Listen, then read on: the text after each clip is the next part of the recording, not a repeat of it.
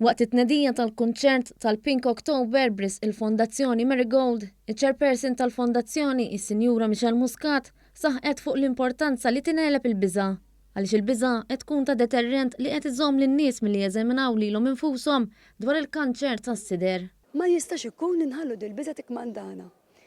Il-biża' tkun hemm jekk inti tinħeba taħt it-trab. U allura aħna dil-kampanja b'mod pożittiv ngħidu ejja neħu l-biża', ejja niffaċċjaw il-biża', ejja nħarsu lejn il-mera, niċċekkjaw lilna nfusna nħarsu l-qudiem biex anke jekk stess ikonna xi ħaġa jkollna ċans li niġġildula.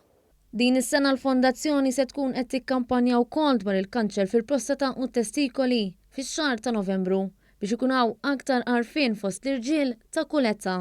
Il-Ministru għall-Kultura Owen Bonnici għall-inizjattivi bħal dawn iżidu aktar għarfien u appoġġ għal kawżi ġusti bħal mill-Pink October permezz tal-arti u l-kultura. Il-kultura hija lingwa li fima kulħadd u bis-saħħa tagħha nistgħu nagħmlu ħafna ġid fosthom l-event li ħanamlu għal Marigold Foundation. Din hija xi ħaġa sabiħa immens fejn ħanaraw mużiċisti u kantanti li ħajtu spettaklu illi jafu illi ta' dak l-ispettaklu ħajmur kollu għal Marigold Foundation. Kull min jixtieq jattendi għal dan il-kunċert imtella mill-Malta Concert Orchestra taħt id-direzzjoni tas Sur Mast Joe Brown li se jsir nhar il-ġimgħa 11 Ottubru fi Pjazza Teatru Rjal jista' jikseb il-biljetti minn fuq is-sit kultura.mt.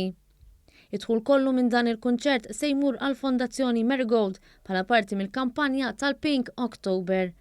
Is-Sinjura Muscat temmet b'appell lill-pubbliku